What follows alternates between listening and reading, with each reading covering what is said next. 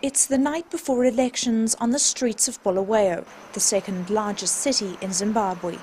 All is quiet except for travellers who wait for hours on the side of the roads for transport home. Suddenly, out of the dark night, loud honking and singing can be heard.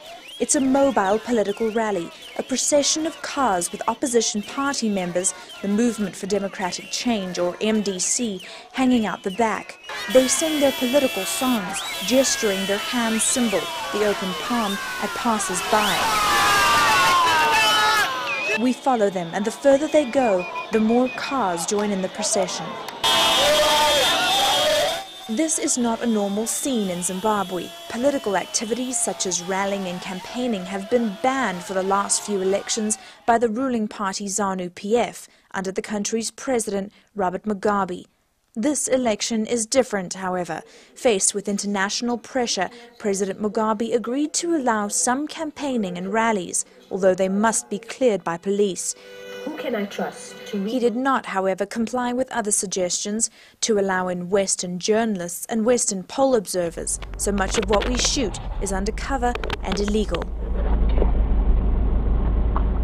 But it's clear that many Zimbabweans, at least in the southern part of the country, have a deep desire for change.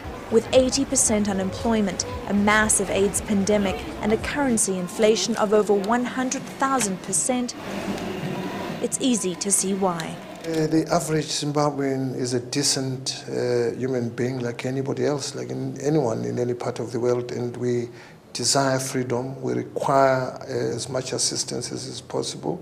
We require solidarity from the international community. We need people to say to Mugabe, what you are doing is unacceptable, that this world is one in terms of the values that human beings subscribe to, and that riding roughshod over people's human rights is unacceptable in this day and age. At this rally in the rural town of Ntepe, about 60 miles from Bulawayo, about 200 people gather to hear MDC leaders voice their opinions. They lament the current situation and accuse the ruling party and President Mugabe of trying to rig the vote.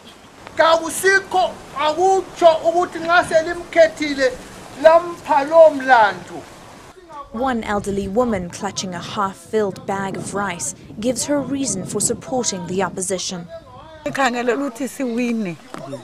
sick, she says, and there are no doctors or medicine in the hospitals. We want to win. We want to change from ZANU. Another younger man says that he's been unemployed for nearly a year. We are here to make sure Mugabe is out this time, he says. We've been suffering too long. We can't keep up like this.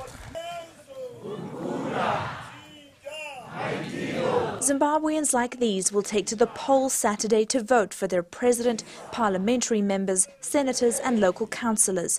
The turnout is expected to be unprecedented. There are three main candidates for this year's presidential elections: Robert Mugabe, who will be seeking his 6th consecutive presidential term, Simba Makoni, a former member of ZANU-PF and Mugabe's former finance minister, and long-time opposition leader Morgan Tsvangirai. At the rally, supporters' shoulder blades stick out underneath their shirts. This country used to be the breadbasket of Africa, but now the World Food Programme estimates that around 6 million Zimbabweans face starvation. But driving back from the rally, it's evident that Mugabe still has many followers.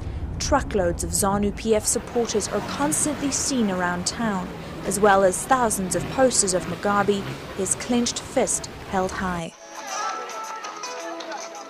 No one is sure what will happen Saturday, but both sides are optimistic. Mugabe winning and holding power for a 6th term is likely, but for once not certain. His opposition knows this and say they plan to rally against him until the last possible moment.